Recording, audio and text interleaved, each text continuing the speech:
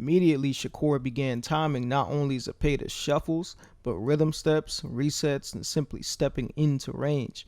Timing Zepeda's front foot as it landed at these opportune moments stopped Zepeda's offense or led to another reset where he could repeat the process, mostly opting to abuse Zepeda's high guard. This allowed for Shakur to control the means of engagement from the very beginning.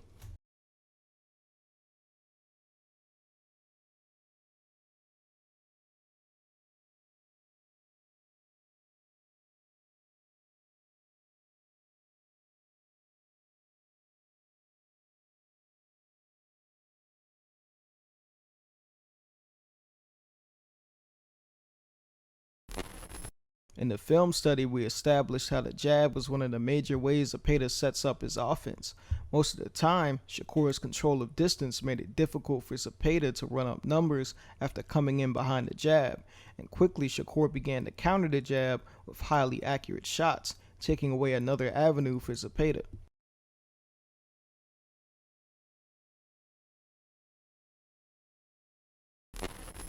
Taking these setups away initially meant that Zepeda would be more likely to open up if he was given his preferred positioning.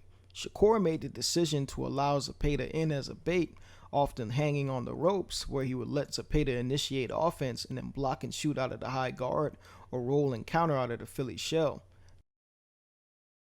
This, however, is a risky move. At his preferred range, Zepeda's punch output soars to the point where it can at times keep his opponent's hands at bay, especially a normally defense-first fighter like Shakur, so inevitably, Zepeda piled on volume while Shakur waited for counterpunching.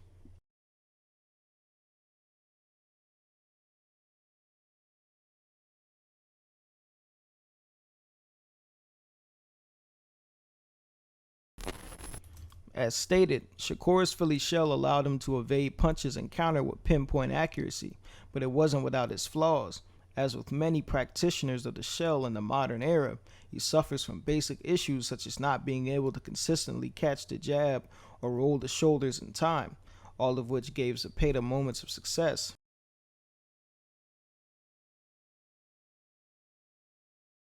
But when it worked well, it led to impressive sequences that wove together offense and defense masterfully.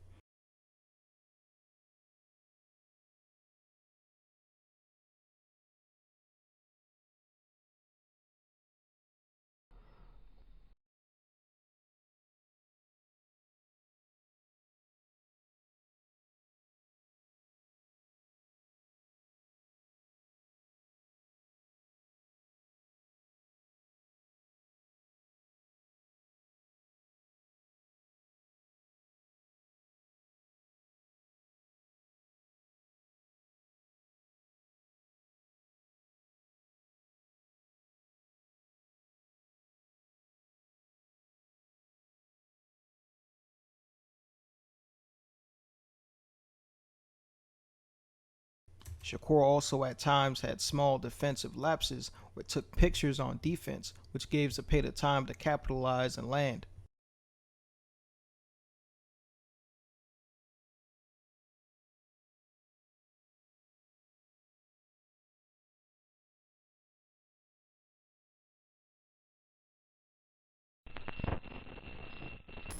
On the inside, Shakur mainly used frames out of the sling to smother and control Zepeda's arms. If he wasn't framing, it gave Zepeda a free path to land an overhand over the sling.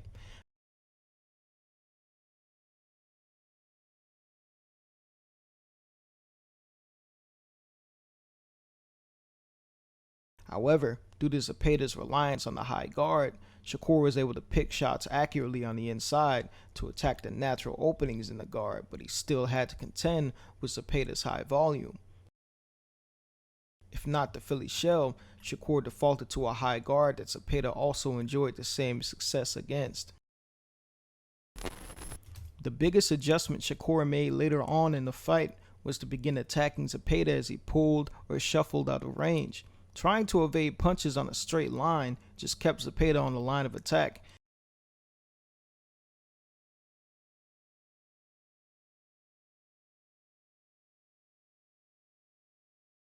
And he often attempted to step out with his lead foot first, which makes the maneuver much slower. This let Shakur extend combinations to snap Zepeda's head back and accentuate dominance in the rounds.